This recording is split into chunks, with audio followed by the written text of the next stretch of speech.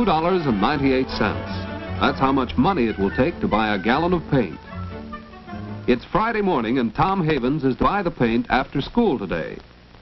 To make the purchase, his father gives him a $5 bill, a crisp, new $5 bill that he received at the bank yesterday. This particular piece of money is just starting in circulation. What will happen to it? What will it be used for?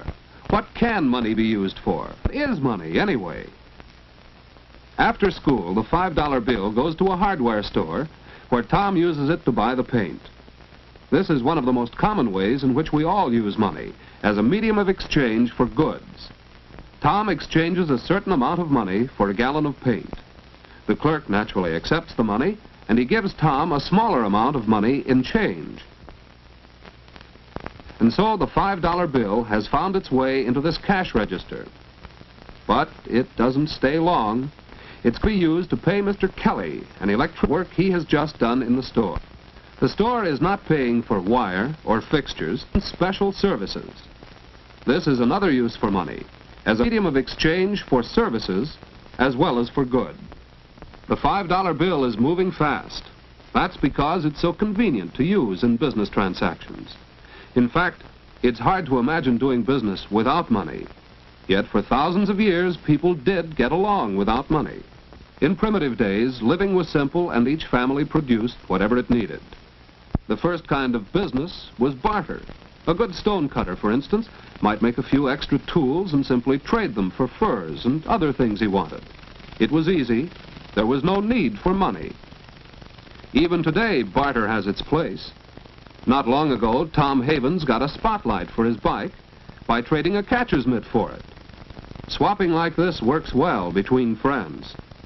But what would you trade in a hardware store for a gallon of paint? And how would the store owner get the paint and the other goods he sells? What could he trade with all the people who had a hand in transporting the goods to his store? What could he possibly swap with all the stockholders of the hundreds of factories that produced the goods? How could he barter with every individual workman who played a part in the manufacture of each article? No, life today is too complex. People are too dependent upon each other. Jobs are too highly specialized for us to do business by barter. And that's why we depend on money as a quick and easy medium of exchange.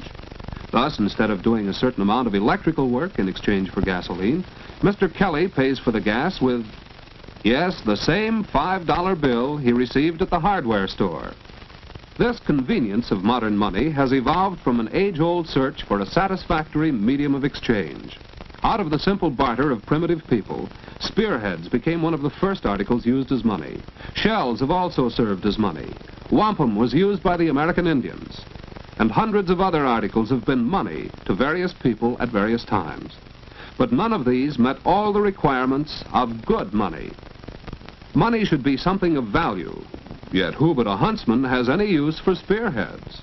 The value should be obvious and uniform. Who but an expert knows what this fur pelt is worth? Money should be easy to carry about. Metal rods certainly aren't. Money should be divisible. How do you make change when the price is half a cow? Money should be durable. Too much salt money got caught in the rain. Out of such trying experiences, gold and silver emerged as the most durable, most convenient, most satisfactory money. For greater convenience, men started stamping out gold and silver coins with values imprinted on them. Later, governments took over the exclusive function of coining money, because unscrupulous men began to cover cheap metal discs with gold and silver plating. So today in the United States, any money is counterfeit and so worthless unless issued by the federal government. And anyone who knowingly tries to spend counterfeit money may be fined a large amount and sent to jail. The coins we use are made in one of the 3 mints of the United States Treasury, located in San Francisco, Denver, and Philadelphia. And from the Bureau of Engraving and Printing in Washington comes our paper money, including, of course, the $5 bill of this story. This represents the final stage in the evolution of modern money. For while metal coins are handy for dealing in small amounts of money, when transactions require larger amounts, paper money is far more practical. A $5 bill, for example, is much easier to handle than, say, $5 in dimes. And just imagine buying something that costs $100 and paying for it with 10,000 cents.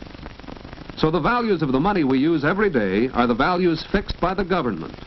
The paper bills and even the coins are not in themselves actually worth the amounts they represent.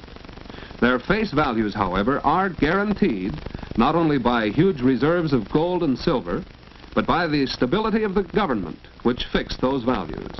As long as people remain confident that our government is strong and secure, they will continue freely to accept and spend its money without questioning the value, as they have done with our $5 bill, which is now about to move again, because Mrs. Moore has come in to cash a check.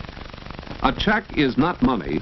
It is one kind of substitute for money. Its value is guaranteed not by the government, but by the person who signs it. Since the man at the filling station knows Mrs. Moore, he is willing to take her word that she has enough money in the bank to make the check good. So he cashes it for her. Saturday morning finds the $5 bill still in Mrs. Moore's purse. How will she use it? Good morning. May I help you? Yes. Can you tell me the price of those bookends in the window? Yes, that pair is $8.75 and most attractive. I'm afraid that's more than I care to spend. Do you have a cheaper pair? I do have one pair left that's an exceptional value. It's really worth $6.50, but it's on sale at just $5.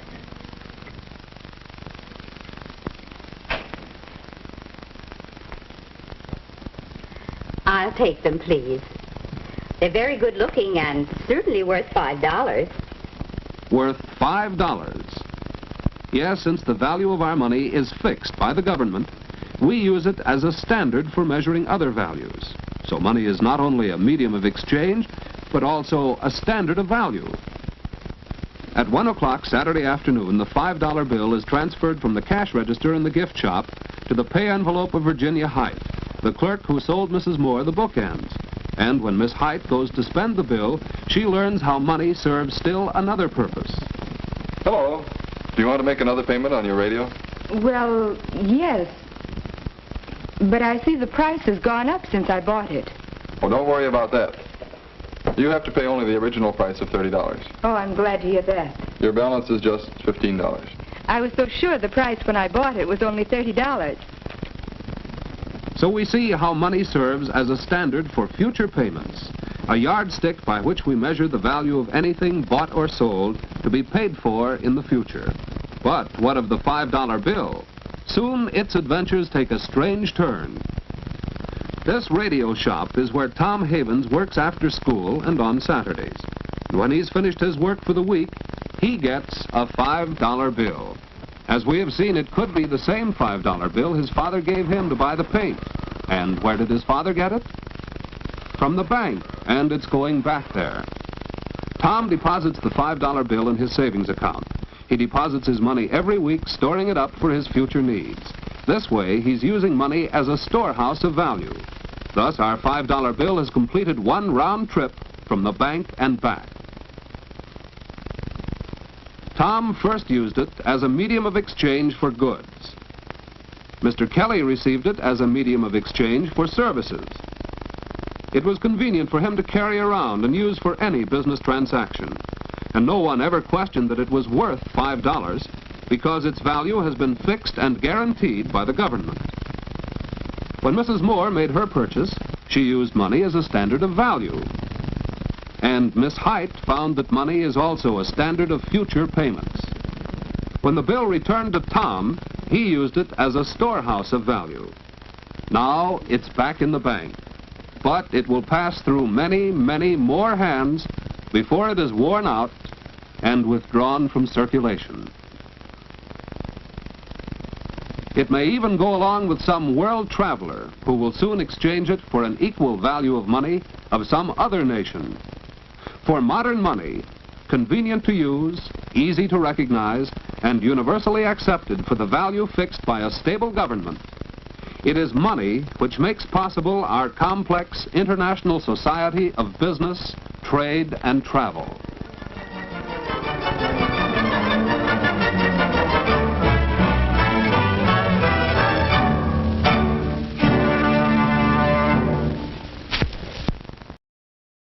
This is one of the most common ways in which we all use money, as a medium of exchange for goods.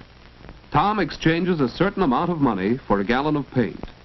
The clerk naturally accepts the money, and he gives Tom a smaller amount of money in change. And so the 98 cents. That's how much money it will take to buy a gallon of paint. It's Friday morning, and Tom Havens is to buy the paint after school today. To make the purchase, his father gives him a $5 bill, a crisp, new $5 bill that he received at the bank yesterday.